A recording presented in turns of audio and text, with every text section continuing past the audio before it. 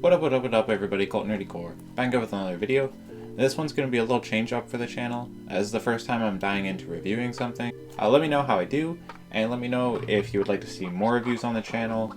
If I was to do reviews, it would be mainly more about new games that have come out, rather than old games, and I would leave the older games to like top 10 list, hidden gems list, worst games, and then maybe start doing some bulk reviews of a bunch of old games. But the ones specifically like this for Hot Wheels, we'll be specifically covering one game for an entire video. I'd probably leave more to more recent games and games that are coming out. So now with that out of the way, let's get right into the review. So the reason I picked Hot Wheel Unleashed to be the first game I review on this channel is one, I was super excited for this game to come out. Hot Wheels, as everybody knows, is a world famous toy. It's just basically little cars you can get. There's a plethora of different versions of these cars you can get. You can get realistic modern cars, you can get older cars, you can just get made up cars. For those of you who don't know, they have also dabbled in games a couple of times. The one I particularly remember is the one I have for the Game Boy Advance SP. I don't remember the exact name of it, but it was just basically a little fun 2D racer. And after having so much fun as that as a kid, when I saw this coming out and the trailers for it, slight nostalgia trip, and I kind of really wanted to see how they would use modern technology and such an upgrade and leap in what they can do with these games, and how they would implement it into modern day console. So this is basically going to be split up into a bunch of different sections. First off, I'm going to start with the sound and music. So for the sounds for Hot Wheels Unleashed, I would say it's just very solid. For most racing games, you want a good sound for the engines, sound for the steering, and especially for a kind of go-karty, arcadey style of game, the drifting, boost sounds, the kind of bumping into the environment sounds, all of those would be solid. And I think Hot Wheels managed to get those pretty much all right. The boost sounds are very different for each type of boost. They sound clean. I haven't had any issues about the sound stuttering, lack of sound in certain areas, or really any time where I'm sitting there being like, oh, that sounded awful. It's not where I'm like, oh my gosh, that's amazing. The only thing different is because I'm on the PS5, I get kind of the sounds from the controller itself, which is kind of neat. I'm kind of getting used to the adaptive triggers, or whatever they call it, for the PS5 controller. I think Hot Wheels, out of the games on the PS5, uses the sound from the controller more than any other game I've played. So overall for the sound, I would just say it's pretty solid. Nothing spectacular. Gets the job done. I haven't had any issues with it, so I give it a passing grade. Next up is the music. The music isn't anything stellar. Same with the sound, where it's just kind of generic, kind of upbeat, poppy or pop rock, or kind of electronic music. Really no lyrics throughout the entire game. Clearly made from either underground artists or just made specifically for the game. I don't think there's any big name artists ever mentioned in this game. I'm pretty sure it's just a bunch of generic songs that kind of fit the pacing and kind of the kid-friendly nature of a Hot Wheels game. Overall, you hear the same songs pretty frequently, but I never really got tired of it. The music for me in most games, as long as I'm not getting bored or getting tired of hearing this repeating awful song constantly, it doesn't really bother me. And in this game, the music fits. There's a decent enough variety, and I think it's solid enough. Alright, now from the bread and butter of a racing game, which is the gameplay. So for those of you who have looked nothing into this game before watching this video, this game kind of plays like a mix of a Need for Speed game and a Mario Kart. There's none of the items and over-the-top power-ups as in a Mario Kart game, but the size of the Hot Wheels and the tracks and the drifting and all that is very similar to a kart racer game.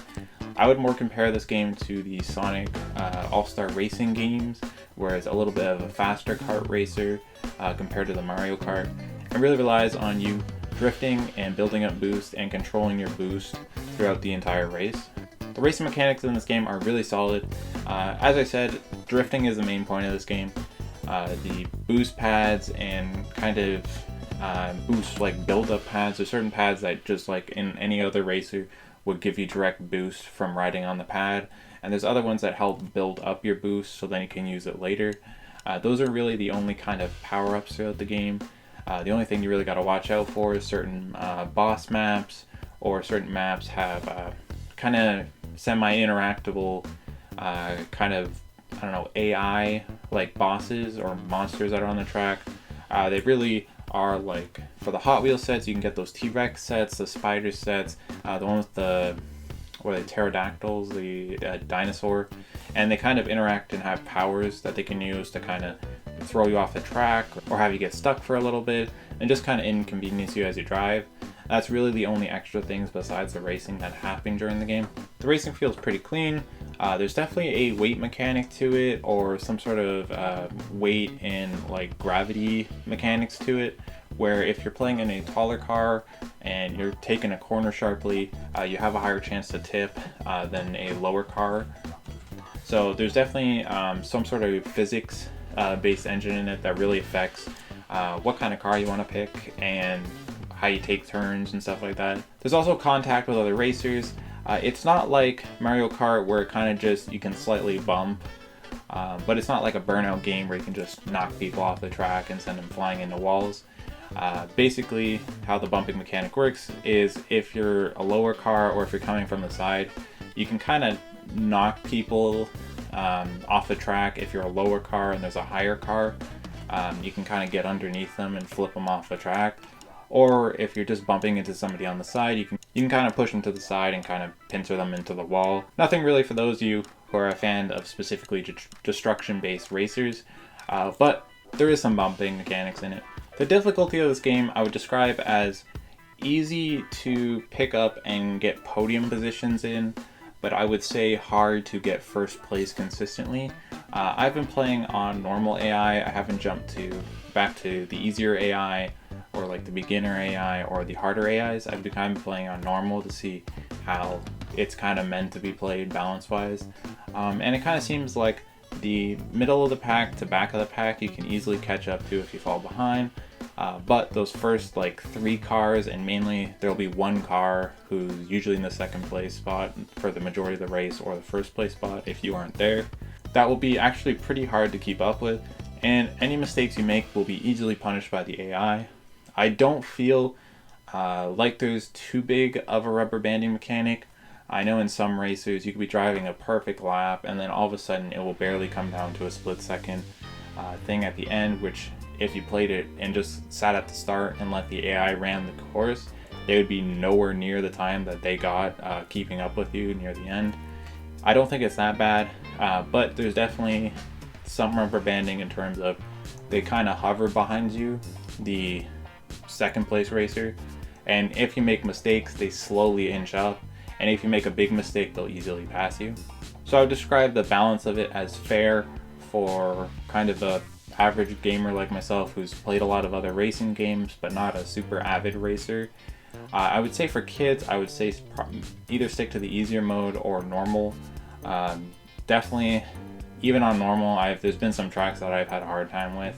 It might be because I don't have the top of the line cars, but that's something for a little later in the view. But I would say there's a fair difficulty to the game. Alright, so next up are the type of modes you'll be playing in this game. The main mode, for those of you who mainly play single player games, you'll be playing kind of the campaign mode, which is really just a big map that you kind of follow, beating tracks and time trials and races. Once you beat those, you'll unlock the next one, and it kind of is in like a grid style map that you go through, unlocking, finishing things, getting rewards, upgrades for your cars, new cars, and a bunch of different stuff for customization stuff I'll touch on a little later. But overall, this will be the main mode you'll be playing as a single player. It's good. It has a decent variety of maps, and the only downside is there's only 2 modes you'll be playing. You'll either be playing traditional races or time trials. Races, first one across the line, there's I think 12 total in a race, so you'll be playing against 11 AI. Or the time trials is just you going around the track as much as you can, as fast as you can, and doing as many laps as you want, until you get the time that they want you to beat on a single lap. Overall, I find this is one of the parts where this game kind of lacks. Being that it's a little cheaper from a full price game, I can kind of let it slide a little, but I would like to see different modes, and at least 1 or 2 modes to kind of spice up the variety in the game. I find rinsing, repeating kind of the same tracks, doing either a time trial or a race, which is very similar to the same thing. Kind of gets a little repetitive as you keep on playing. What I would have loved to see them do is there's these Hot Wheel tracks that they would be like a figure eight or designed in a way like two loops that would always converge in the middle spot, and the whole point would be to put a bunch of cars on them, have them run, and then see which one gets knocked off last. I would have loved to see them do like some sort of like a derby mode or like a destruction mode. You're going through those figure eight tracks trying to knock off other riders. You can collide in the middle, which is very realistic to the actual Hot Wheels, and it would have had just a little fun like arcadey mode to kind of spice up the differences between just racing the same tracks over and over and over again.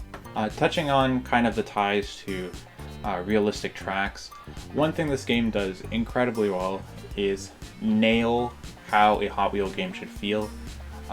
The cars, the sizing of the tracks, the sizing of and the scaling of the tracks to the overall room. Basically, you'll be playing in these like big giant rooms, it seems, but it's really just like a garage and like an attic or something like that. And the track is massive, and it kind of goes over like, if you're at the college course, you'll be going over like books on desks by computers and stuff like that. And it really nails the environmental effect of kind of building big Hot Wheel tracks just all over whatever you can to make the cars go around and have a cool looking track. So overall, it really nails the aesthetics and sizing and scaling of the game, and it looks really cool and feels really cool playing it. Probably most reviews say this, but I would say it really nails the feel of actually playing with Hot Wheels as much as you can for a video game. So now I'll be discussing the maps. So overall with the maps, how it works is basically there's 5 areas in the game, I'm pretty sure. And each area has like, I'm gonna say probably 7 maps that they've already pre-made for you. And those will be the 7 maps for each of those areas you'll play in abundance throughout the entire campaign mode. They're well designed, there's a good variety of maps. There's not a lot of times where I'm sitting there feeling like, oh, I've played this map so many times recently, but there's enough familiarity and less variety that I'll be playing a time trial, I'll get really good at running one track, and then I'll get into the race and I'm able to apply that knowing that it's the same track. So there's that good familiarity where you can get good at certain courses, but there's enough tracks to keep you interested throughout the entire thing. And next up is the variety of cars. So in this game, I think there's something like 60 plus cars you can get in this game. There's a good variety in terms of if you actually had Hot Wheels as a kid, or go through the stores and see in the aisles, you kind of look at the Hot Wheels, maybe you have kids yourself and you buy them for them. You'll notice there's a very good variety of older cars and newer cars and TV based cars and realistic cars that were all in Hot Wheels sets. From some of them go back to like the 90s, and some of them are more in the early 2000s, and even very modern ones like came out last year. The cool thing is when you're hovering over a car, it'll show you exactly what box and set it's from and from what year, so it's kind of just a neat little historical fact about the car. Similar to how you would amass a collection of Hot Wheels in real life, you gotta buy them. So basically how the game will start off is you'll get 3 packs for free, and it's like a random blind box, kind of loot box of, you'll get 1 Hot Wheel for each, and those will be kind of like your 3 starter cars at the beginning. How you earn more cars is you either save up these coins that you earn throughout the game. I would say it earns at a decent pace, but definitely you have to put a ton of time in if you want to get all the cars, because it's 500 coins per box, and probably max per race you could get 70. So it's definitely a grind, but I wouldn't say it's absurdly grindy, but it's pretty grindy. That's, I would say, one of the down points of the game. With so many different cars in the game, one of the things I was wondering personally when picking up the game is if the different cars would feel different. I touched on this a little earlier, but the style of car, the size of the car, the type of boost the car used, each car kind of feels slightly different and plays slightly differently. For example, the car I'm using in all the gameplay you're seeing is the Fiat 500. I just thought it was funny to go online and be beating people with a Fiat 500. And also I like the handling of the car. But besides the point, because the Fiat 500 is a taller car compared to most Hot Wheels, and kind of when it bumps into the track, it's taller than the track a bit. If I slam too hard in the corners because of the weight of it, I will actually tip or kind of turn over, compared to lighter cars that are more flat, that will just kind of slam into the wall and continue type thing. So there's different weight mechanics of the cars, and also there's different boost types. So the boost you're seeing me use is one I can press anytime, and it kind of just builds up in the bar, and you can use whatever you have in the bar at any time. There's also a circular boost where it will build up a circle, then you can use the entire circle and it will give you like a longer boost, but you don't have to press and hold it, you just press it and it will give you boost for a certain amount of time. Then you have to press it again and I'll use another one of your circles. And with the different stats, each car kind of feels different in terms of kind of the tiers of the cars. So like if you have a common car and then upgrade it to legendary, the common car and the legendary car of the same car will feel very different in how they drive. The stats actually matter a lot in this game. And that brings me to the next point I want to talk about, is the upgrading in this game. So with a car, say for example my Fiat 500 that I've been using for this video, initially it's a common car. So basically it had way less handling, way less speed and acceleration. The only thing it was decent at was accelerating and braking decently. I can upgrade it to rare, which is the next highest tier. That got up its handling and braking a lot and maxed out the braking, I'm pretty sure. And then the final step is upgrading to legendary, which got my speed and acceleration up. Acceleration fully and speed, I think 2 bars off of being full. So if you're somebody who likes grinding and leveling up different cars to see how they feel and stuff like that, you'll really enjoy that part of the game. And also it kind of gives you something else to do besides just getting new cars. It uses a separate currency, it uses these gears, which you can either earn from playing campaign races or earn by grinding down duplicate cars that you have. The only downside is, same with the coins, they're a little grindy to get, and to upgrade like every car in the game, if you were looking to do that, would take you an eternity. So I would just say stick to upgrading one car, get it to legendary, move to another car, get it to legendary. The next thing I'll touch upon in this game is the multiplayer. So I've only played a tiny bit of the multiplayer. I've probably played maybe 10 races total. But since the only modes in this game are racing and time trials, the only thing you'll be doing online is racing. So basically how it works, click multiplayer, either create a private match, private lobby, where you can invite people in and then eventually open it up to the public, or just play with your friends. Or you just hop into a quick lobby, which is what I've been doing, and it'll just throw you in a lobby of random people. And it's similar to kind of the Mario Kart lobbies, where you join in and you just continuously play races with those people if you want to. So it's good if you find a lobby you really enjoy and it's like decent for your skill level, you can just continue to play with those people until you get bored and leave the lobby or whatever. I haven't had too many connection issues with the game. There's been some times where I started up races and the lobby like disconnects. I don't know if it's on a host system or it's just either my internet bugging out, loading certain levels, or it has some issues with the servers. But overall, once you get into the lobby, it's pretty simple. You pick your car, you can see everybody's car and their names and go over their like Hot Wheel profile or their whatever profile they're using. And then after that, it will go into a loading screen where you can pick up 5 different maps it'll show. 3 of those maps will be those already pre-made maps that I've talked about that they use for the campaign. And 2 maps will be random maps from the community that are kind of custom-made maps. So it's cool that you can constantly play community-made maps and have a good amount of variety.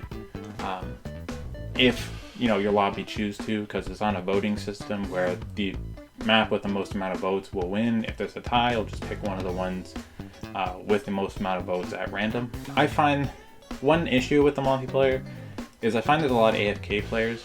I don't know if it's people grinding up the coins because you can just kind of sit there, and I don't think it kicks you for inactivity because I've seen so many people been AFK for multiple races, or they just kind of leave their controller hitting the brake or something like that, and that counts as them being active. But it seems like there's always like 3 to 5 cars at the beginning that just sit there. The one thing that's cool about it, I guess, is that they kind of stay on the track. So it's kind of very similar to if a Hot Wheel was to get stuck on the track, it would be on the track and the other one would slam into it. So it kind of fits with that, I guess. But it kind of gets annoying expecting a race with like 11 other people and only racing against like 8 or 7 of them usually. There is definitely a unbalanced factor to the cars. Certain cars are just statistically way better, and in terms of the sizing and weight of it and height are just statistically way better. But I have won games in my Fiat 500 online because that's my only car I have upgraded. But I have won games before, so it is possible, and as long as you drive pretty cleanly, you should be at least able to get on the podiums pretty easily. Overall, for the multiplayer, I would say it's simple, but yet works for what the game's going for. The game overall is pretty simple in design, so having just a quick, easy, plug-and-play type system for the multiplayer gives you 5 maps to choose from, so there's always a good variety. Even if you stay in the same lobby or go to multiple lobbies, there's always a good chance you'll have a good variety of maps to play through. And overall, it's pretty quick in terms of the lobby to play time and loading time. So you can get a good amount of games if you just want to sit down and play for like 30 minutes or something. Alright, and the final thing I'll touch on in this game, which is kind of one of the more bright spots of this game, is the customization.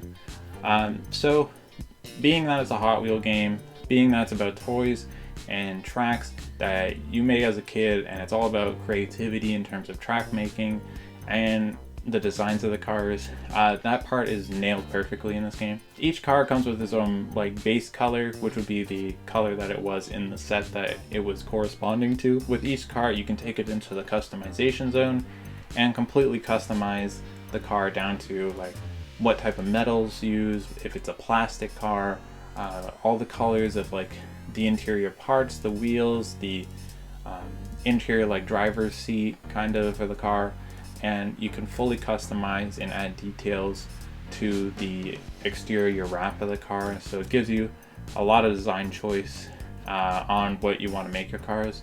You can also, if you're just looking to customize a car but not do all the work of creating all this stuff, you can go search online and look through a bunch of different designs and wraps that people have made online, download them to your console, and use them yourself. The other main part of this game in terms of the customization is the track building.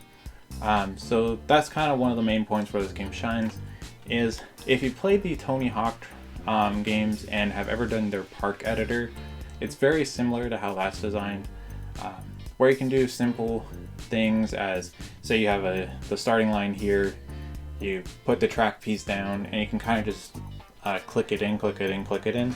Or you can do more advanced editing options where you can kind of swerve the track if you want, make it go up or down, and you can add different parts that you unlock through the campaign mode. Overall, I found it simple to use. I'm not great at it, and I haven't made a track myself, but there's a lot of different tracks you can view online, and same thing, you can download them to your console and play them, and overall it just adds a good variety and really expands the map pool, especially because you can play them online in multiplayer lobbies. It just really adds a lot to the game. Alright, so with this being my first review on the channel, I'm going to kind of go over what I'll do for ratings if I was to continue to do more. First off, I'm going to give my overall review of the game in terms of just a score. So overall, in terms of including the price that this game is initially priced at, which for me it was $65, I would give this game probably a 7.5, which for me, for any of you who haven't watched my other stuff, is a very good game. I would say there's definitely some stuff I wish they expanded on. I say it's a little too simple and not enough content in the game to really give it that higher grade. Along with kind of the gacha system being kind of a down point of the game, I really would have liked it to be more easier to grind up cars and to get a bunch of different cars.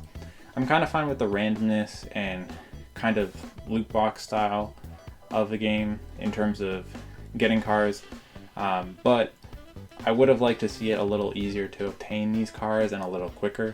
The pluses of this game being how good the racing is. I really enjoy it, and for those of you who are really into the drifting mechanics and really focus on getting good lines throughout the course, this is a game I could recommend for that.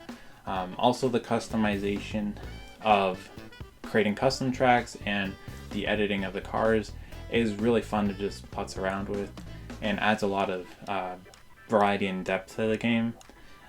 Also, the sound design is decent, not amazing, but gets the job done. In this game, the biggest positive for me about this game is how much it nails the feeling of Hot Wheels and kind of encompasses what I would feel a Hot Wheels game should be in terms of how it looks, how it feels, and just the overall design of the game's great. And I would say Hot Wheels for the PS5 fairly earns that title of being a very good racing game. Now, the second portion of my review, since I'm more of a collecting channel, will be kind of the price point that I would recommend getting this at for different types of people who are interested in this game. I would say if you were really excited about this game or really enjoyed older Hot Wheels games and were just kind of hesitant on if it was worth picking up at the start, I would say if you're really keen on getting it, I would say paying the $65 is not bad. I don't regret my decision to get it off the bat. I would say it's a little more than what I would like to pay, but it's nothing near too bad, especially since it wasn't a full price game. If this was a full $79.99 game, we would have a different discussion. But I think the game is priced somewhat fairly. I would say for the average person who's just kind of interested in this game, wanted to see if the game was good or not, I would say it's a good game. That's why I gave it the 7.5. But I would probably recommend waiting till it drops to the $40 to $30 mark to pick it up if you're looking to still play while the online's active. There's not a ton of people that I think bought this game, so I don't know how long the multiplayer community will last. So if you're looking to play the multiplayer on it while it's pretty active and it's not just a bunch of people who are insanely sweaty and know the maps inside out and all the skips and stuff like that, I would recommend picking it up probably, I don't know, 3 to 5 months down the line, where it still has a decently active community and it's probably dropped down $20 or so, and it's in that $30 to $40 mark. For those of you who are more budget savers and are interested in the game but really only buy games at really big discounts, which is kind of me for games I'm not super excited about but am interested to play at some point, if you're in that boat for this game, I would say maybe a year or two and it will be dropped down to probably, I don't know, that $15 to $20 mark, which a lot of people like buying at, because I think this game kind of falls under the realm of it's a kid's game, it's a racer, so it won't hold too much value. But I think this will be one game that it will sell okay, but there won't be a lot of copies in stores after because there won't be like multiple shipments of it. So it might get a little pricey way later down the line where PS5 games come to hit that like expiry date on finding physical copies type thing. I think this might be a game that might be a little harder to get way down the line when like the PS7's out. But for right now, I would say wait a year or two and you can get it for dirt cheap. So for those of you who stuck around for the entire video, I really appreciate you sticking through my first review. Again, let me know how it was, what I need to improve, if you enjoy reviews on the channel, if you're somebody who's a subscriber, if you would like to see more reviews on the channel. You can either let me know that through the comments or just liking the video. As I said, this will not overlap or overtake the general collection stuff and some of the movie stuff I do on the channel. It'll just kind of be added on to that. So I'll occasionally review probably like, I don't know, 3 to 4 games that come out that I'm really excited for. And also let me know if you've already picked up the game or if you're looking to pick up the game and you pick it up a little later. Let me know what you think of the game, if you think my review is fair of it, if you think there's stuff I left out on it and didn't really cover or covered in a different way you would view it. Let me know any of that in the comments.